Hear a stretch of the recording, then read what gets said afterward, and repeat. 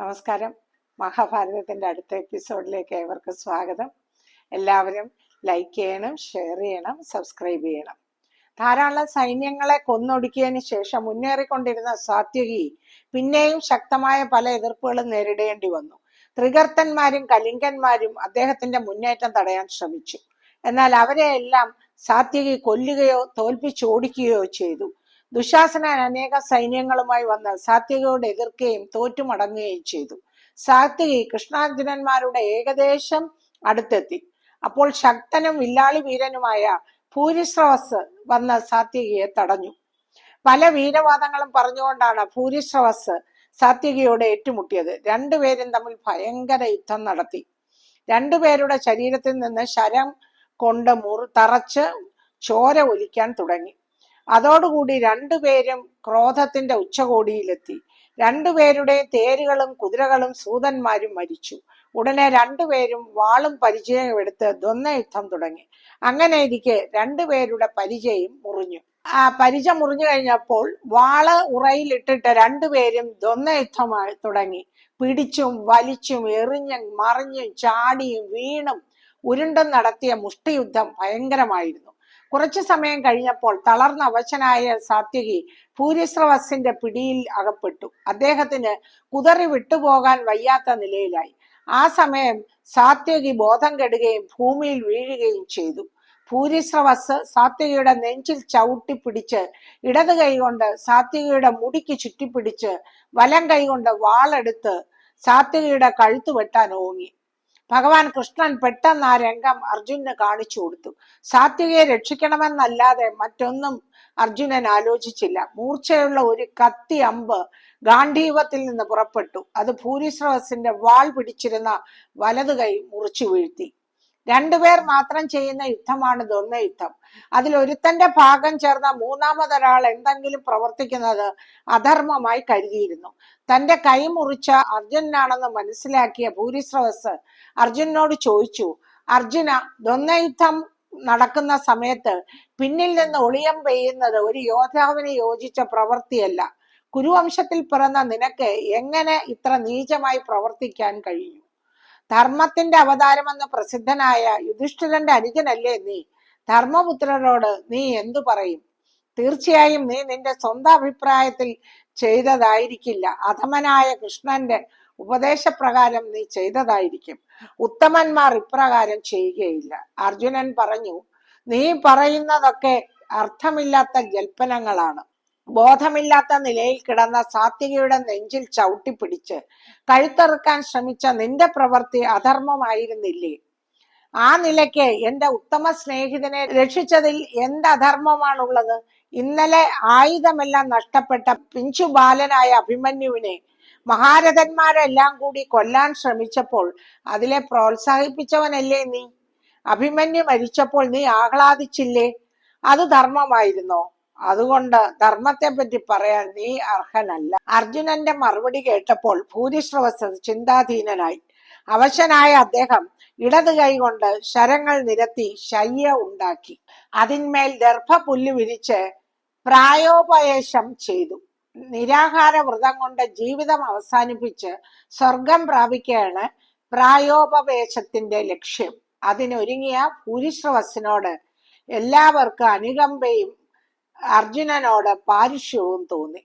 അല്പം കഴിഞ്ഞപ്പോൾ സാത്യകിയുടെ മോഹാലസ്യം വിട്ടുണർന്നു. ഭൂരിശ്രവസ് മിക്കവാറും മൃതപ്രായനായെങ്കിലും സാത്യകിക്ക് അവനോടുള്ള വൈരം ശമിച്ചില്ല. വാളെടുത്ത് ഭൂരിശ്രവസിന്റെ അരികിലേക്ക് പാഞ്ഞു. കൃഷ്ണനും അർജുനനും ഉൾപ്പെടെ എല്ലാവരും അരുതേ അരുതേ എന്ന് പറഞ്ഞ് വിലക്കിയെങ്കിലും അത് കൂട്ടാക്കാതെ സാത്യകി ഭൂരിശ്രവസിന്റെ കഴുത്തിൽ വെട്ടുകയും അവനെ കൊല്ലുകയും ചെയ്തു. പലരും കുറ്റപ്പെടുത്തിയപ്പോൾ സാത്യകി പറഞ്ഞു, അബോധാവസ്ഥയിലായിരുന്ന എന്നെ കൊല്ലാൻ ശ്രമിച്ചത് അധർമ്മമല്ലേ? ഞാൻ അതേ രീതിയിൽ പകരം വീട്ടിയതാണ്. അതിൽ അധർമ്മമൊന്നുമില്ല.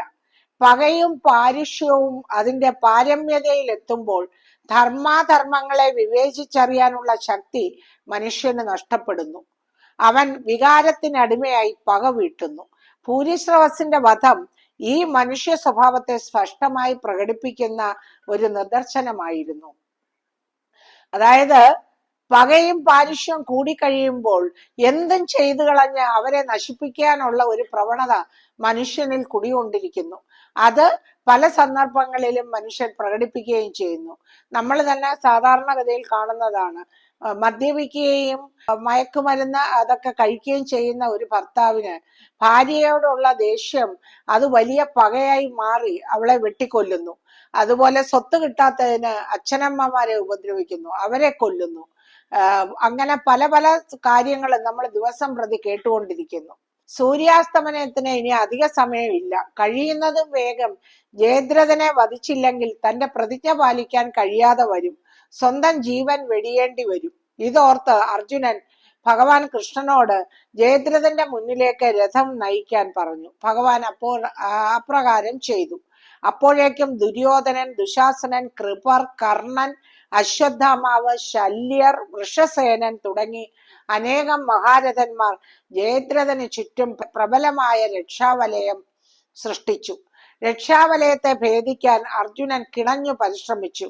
യാതൊരു കാരണവശാലും അർജുനന് മുന്നോട്ട് പോകാൻ കഴിയില്ല, അല്ലെങ്കിൽ അർജുനെ മുന്നോട്ട് വിടുകയില്ല എന്ന ദൃഢനിശ്ചയം ചെയ്തുകൊണ്ട് ദുര്യോധനാദികൾ പോരാടി.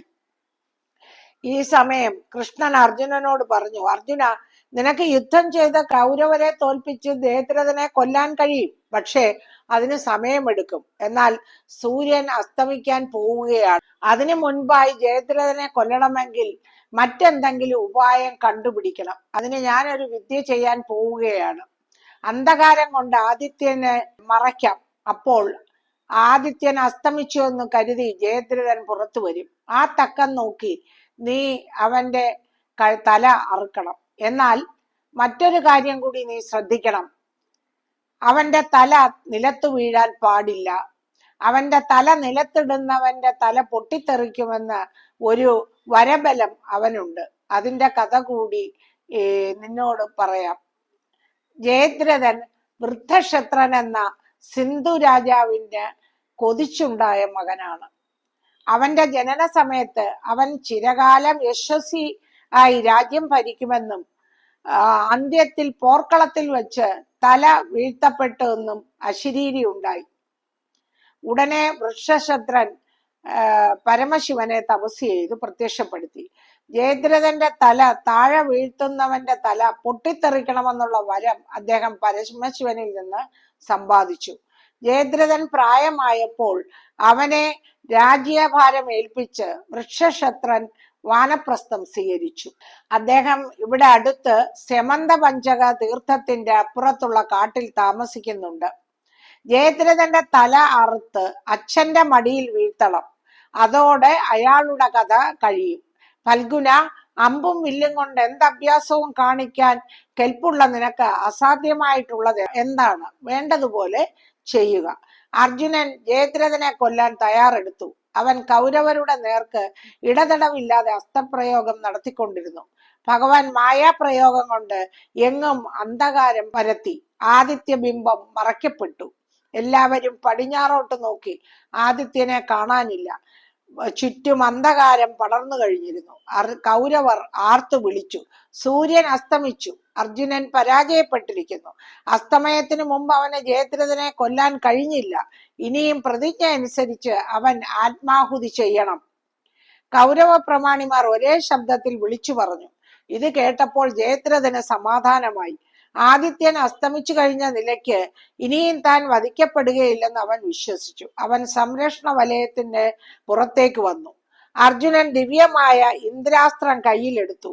അതിനെ വേണ്ട പോലെ ആദരിച്ച ശേഷം ഗാണ്ഡീവത്തിൽ തൊടുത്ത് ജയദ്രഥന്റെ ശിരസിനെ ലക്ഷ്യമാക്കി അയച്ചു. വായുവേഗത്തിൽ പറന്നു എന്ന ഇന്ദ്രാസ്ത്രം ജയദ്രഥന്റെ കണ്ഠം മുറിച്ചു, തല വേർപെടുത്തി. അർജുനൻ അപ്പോഴേക്കും മറ്റൊരസ്ത്രം അയച്ച് തല മേൽപോട്ടുയർത്തി. അതിന്റെ പിന്നാലെ വീണ്ടും വീണ്ടും അസ്ത്രങ്ങൾ അയച്ച് ജയദ്രഥന്റെ തല സമന്ത പഞ്ചകത്തിനപ്പുറത്തേക്ക് കൊണ്ടുപോയി തീർത്ഥകരയിൽ സന്ധ്യാവന്ദനം നടത്തിക്കൊണ്ടിരുന്ന വൃദ്ധക്ഷത്രന്റെ മടിയിലിട്ടു. അദ്ദേഹം പരിഭ്രമിച്ചെഴുന്നേറ്റപ്പോൾ തല ഭൂമിയിൽ പതിച്ചു. തല താഴെ ഇട്ട വൃദ്ധക്ഷത്രന്റെയും ശിരസ് ഉടൻ തന്നെ പൊട്ടിത്തെറിച്ചു. ഭഗവാൻ മായാശക്തിയെ ഒഴിച്ചു. അന്ധകാരം നീങ്ങി. സൂര്യൻ പ്രകാശിച്ചു. അപ്പോഴാണ് സൂര്യൻ അസ്തമിച്ചിട്ടില്ലായിരുന്നുവെന്നും ഭഗവാന്റെ മായാശക്തി കൊണ്ടാണ് അന്ധകാരം ഉണ്ടായതെന്നും എല്ലാവരും മനസ്സിലാക്കി. കൗരവർ വിഡ്ഢികളായി. ദുര്യോധനൻ തന്റെ ശ്യാലന്റെ മരണത്തിൽ തളർന്ന് കണ്ണുനീർ വാർത്തു. കൃഷ്ണൻ പാഞ്ചജന്യം മുഴക്കി, അർജുനൻ ദേവദത്തം മുഴക്കി, ഭീമന്റെ സിംഹനാദവും പോർക്കളം മുഴുവൻ കേട്ടു. ഇതൊക്കെ കേട്ടപ്പോൾ അകലെയാണെങ്കിലും അർജുനൻ ജയദ്രഥനെ വധിച്ചുവെന്ന് യുധിഷ്ഠിരനും പാണ്ഡവാദികളും മനസ്സിലാക്കി. ജയദ്രഥനെ വധിച്ചപ്പോൾ വർദ്ധിച്ച കോപത്തോടെ കൃപാചാര്യരും അശ്വത്ഥാമാവും രണ്ടു ഭാഗത്തു നിന്ന് അർജുനനോട് യുദ്ധം ചെയ്തു. എന്നാൽ അധിക സമയം അവർക്ക് പിടിച്ചു നിൽക്കാനായില്ല. അർജുനന്റെ ഒരു അമ്പ് കൃപാചാര്യരുടെ മാറിൽ തറച്ച് അദ്ദേഹം മോഹാലസ്യപ്പെട്ട് രഥത്തിൽ ഇരുന്നു പോയി. ഉടൻ തന്നെ സൂതൻ തേര് പിന്നിലേക്ക് കൊണ്ടുപോയി. അശ്വത്ഥാമാവും യുദ്ധത്തിൽ നിന്ന് പിന്തിരിഞ്ഞു. കർണന്റെ മുന്നിൽ വെച്ചാണ് ദുര്യോധനന്റെ 31 സഹോദരന്മാരെ വധിക്കപ്പെട്ടത്. മാത്രമല്ല മഹാരഥന്മാരായ ഭൂരിശ്രവസ്, ജലസന്ധൻ, ജയദ്രഥൻ, അലംബുഷൻ തുടങ്ങിയവരും മരിച്ചിരിക്കുന്നു. ആർക്കും തോൽപ്പിക്കാനാവാത്ത വില്ലാളിയാണ് അർജുനനെന്ന് മനസ്സിലാക്കി കർണന് കോപം, നിരാശ, പക, വ്യസനം എല്ലാം ചേർന്ന് വീണ്ടും അർജുനനോട് ഏറ്റുമുട്ടാൻ തയ്യാറായി. അർജുനന് തയ്യാറായെങ്കിലും ഭഗവാൻ അത് തടഞ്ഞു. കർണനോട് സാത്യകി ഏറ്റുമുട്ടാൻ ഭഗവാൻ ആവശ്യപ്പെട്ടു.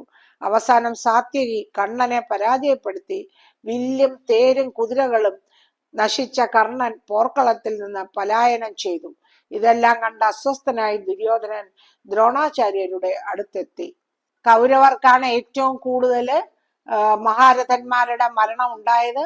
അതിൽ അസ്വസ്ഥനായി ദുര്യോധനൻ പെട്ടെന്ന് ഓടി ദ്രോണാചാര്യരുടെ അടുത്തേക്ക് ചെന്നു. നേരത്തെ ഇതുപോലാണ് ഭീഷ്മർ സർവ്വസൈന്യാധിപനായിരുന്നപ്പോഴും അർജുനൻ ഓരോരുത്തരെയായിട്ട് വധിക്കപ്പെടുമ്പോഴോ അല്ലെങ്കിൽ കൗരവർക്ക് പരാജയം സംഭവിക്കുമ്പോഴോ ഓടി ഭീഷ്മരുടെ അടുത്ത് എന്ന് വലിയ ആവലാതികൾ പറയുമായിരുന്നു. അതുപോലെ തന്നെ ദ്രോണാചാര്യരുടെ അടുത്തും അദ്ദേഹത്തിന് തന്റെ ശിഷ്യന്മാരായ പാണ്ഡവരോട് വളരെ വലിയ കൂറാണ്, വലിയ സ്നേഹമാണ്, അതുകൊണ്ടാണ് അവരെ വധിക്കാത്തത് എന്നൊക്കെ പറഞ്ഞ് ഒരുപാട് ആവലാതികൾ പറയാറുണ്ട്. പക്ഷെ ഇപ്പോ ഒരുപാട് മഹാരഥന്മാർ വധിക്കപ്പെട്ടു കഴിഞ്ഞു. ദുര്യോധനന്റെ 31 സഹോദരന്മാർ വധിക്കപ്പെട്ടു കഴിഞ്ഞു. അപ്പം ആകപ്പാടെ അങ്കലാപ്പിലായ ദുര്യോധനൻ നേരെ ദ്രോണാചാര്യരുടെ അടുത്തേക്ക് ചെന്നു. ഇന്നത്തെ എപ്പിസോഡ് ഇവിടെ നിർത്താം. അടുത്ത എപ്പിസോഡ് അടുത്ത ദിവസം. നമസ്കാരം.